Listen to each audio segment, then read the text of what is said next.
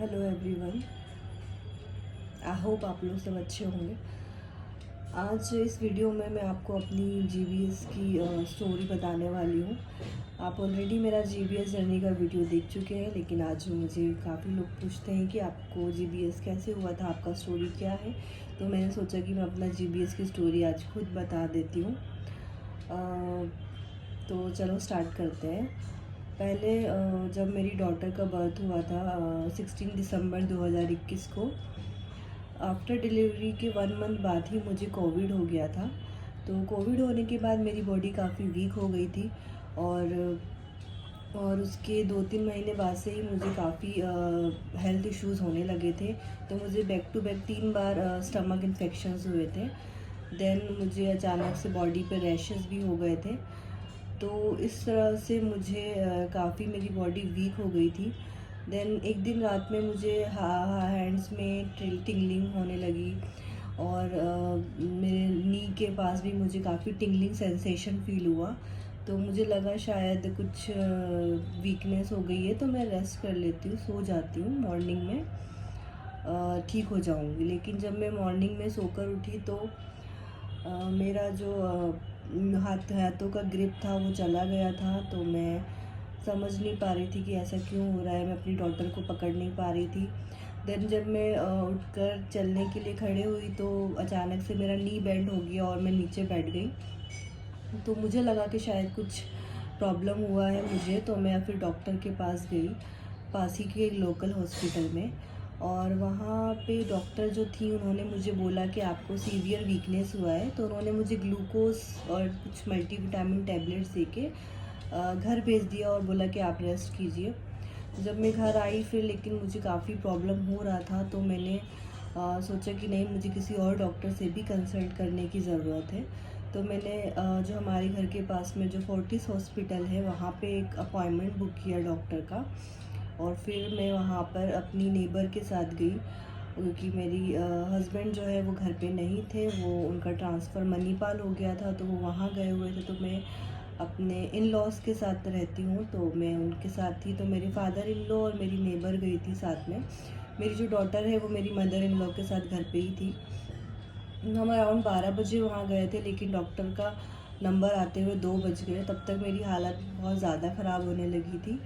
फिर जैसे ही मैं डॉक्टर के केबिन में गई तो उन्होंने मुझे देख के बोला कि क्या हुआ, आप ऐसे क्यों पकड़ के चल रहे हैं। फिर उन्होंने मुझे पूरा चेक किया और उन्होंने ऐसा बोला कि आपको शायद पैरालिटिक अटैक आया है। तो और उन्होंने ये भी बोला कि शायद आपका पोटेशियम कम हो सकता है, हम पहले वो भी चेक करेंगे। तो तुरंत उन्होंने मुझे कैजुअलिटी में एडमिट किया और वहाँ पे मुझे मेरा ब्लड टेस्ट लिए गए और मेरा जो है पोटेशियम भी चेक हुआ। तो लेकिन पोटेशियम का रिपोर्ट मेरा काफ़ी नॉर्मल आया। फिर वहाँ पे न्यूरोलॉजिस्ट भी आ गए थे, उन्होंने मुझे देखा और उन्होंने जीबीएस सस्पेक्ट किया। जब उन्होंने मुझे बोला कि आपको जीबीएस हो सकता है, तो मैंने उनको बोला कि अच्छा, क्योंकि मुझे जीबीएस के बारे में ऑलरेडी पता था, क्योंकि मेरी एक कज़िन को आज से 4 साल पहले जीबीएस ऑलरेडी हो चुका है। तो मुझे इसका नॉलेज था कि जीबीएस क्या होता है।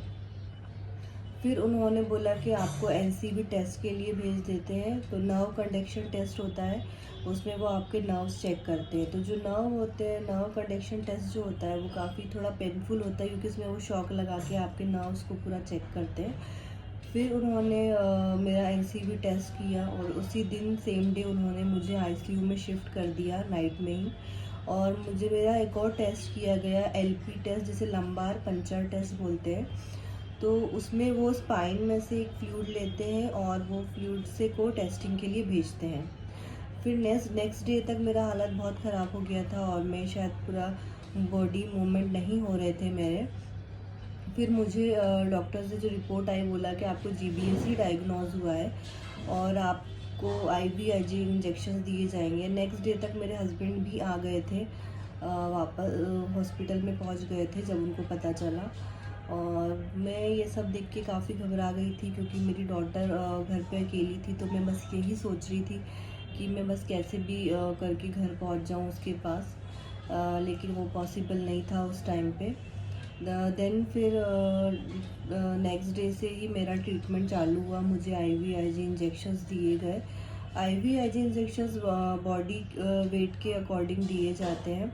मुझे 5 IVIG इंजेक्शंस दिए गए थे और डॉक्टर्स बीच में चेक करने आते थे तो उन्होंने मेरे ब्रीदिंग के लिए भी चेक किया। उन्होंने बोलते थे कि आप 1 से 25 तक काउंट कीजिए, लेकिन मैं 20 तक ही ऐसे काउंट कर पा रही थी। तो उन्होंने कहा कि आपको रेस्पिरेटरी में भी प्रॉब्लम हो रहा है, तो आपको इंट्यूबेट करना होगा।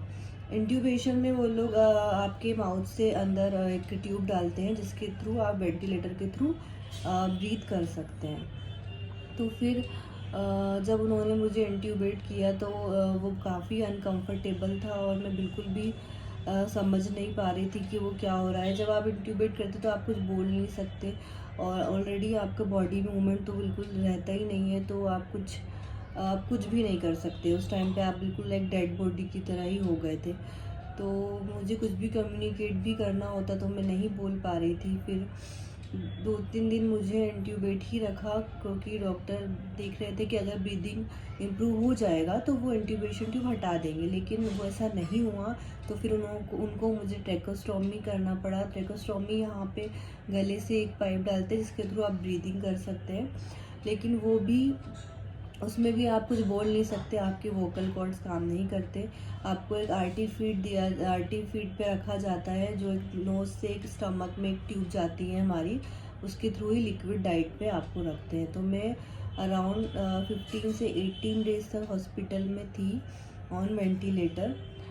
लेकिन मुझे स्ट्रॉन्ग था, मेरा विल पावर काफ़ी मुझे था कि मुझे कैसे भी जल्दी से ठीक होकर अपने डॉटर के पास वापस जाना है। तो मेरा जो वेंटिलेटर था वो जल्दी से निकल गया और मैं खुद से ब्रीथ भी करने लगी थी। फिर मुझे ऑब्जर्वेशन के लिए कुछ दिन प्राइवेट वार्ड में भी रखा गया अराउंड 1 वीक।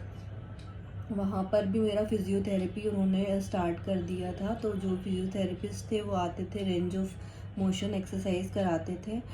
जब फर्स्ट टाइम मुझे हॉस्पिटल में बिठाया गया तो मुझे 4 लोगों ने पकड़ के बिठाया था। तो वो मेरा पूरा बॉडी शिवर कर रही थी और मैं 5 सेकंड के लिए भी वो पोजीशन होल्ड नहीं कर पा रही थी, वो इतना डिफ़िकल्ट था।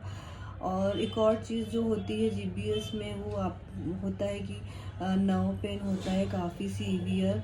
तो इतना ज़्यादा नर्व पेन हुआ था स्टार्टिंग में कि वो इमेजिन भी नहीं कर सकते, क्योंकि इतने हेवी डोज ऑफ मुझे पेन किलर्स दिए जा रहे थे। उसके बाद भी बॉडी पूरी रेस्टलेस हो रही थी और बिल्कुल आप सो नहीं सकते, आप कुछ भी नहीं कर पा रहे थे उस टाइम पे। तो बहुत कंडीशन उस टाइम पे ख़राब हो गई थी। देन पेन किलर्स तो चालू ही थे और धीरे धीरे करके जब डॉक्टर को लगा कि हाँ अब आपका जो प्लेटो स्टेज है वो ख़त्म हो गया है, अब रिकवरी यहाँ से स्टार्ट हो रही है, आप 1-2 हैंड मूवमेंट और आपके नेक में पिलो से ऐसे ऊपर उठा पा रही थी, तो फिर डॉक्टर ने बोला कि अब आपको डिस्चार्ज कर देंगे, आप घर से ही अपना फिजियोथेरेपी चालू कीजिए।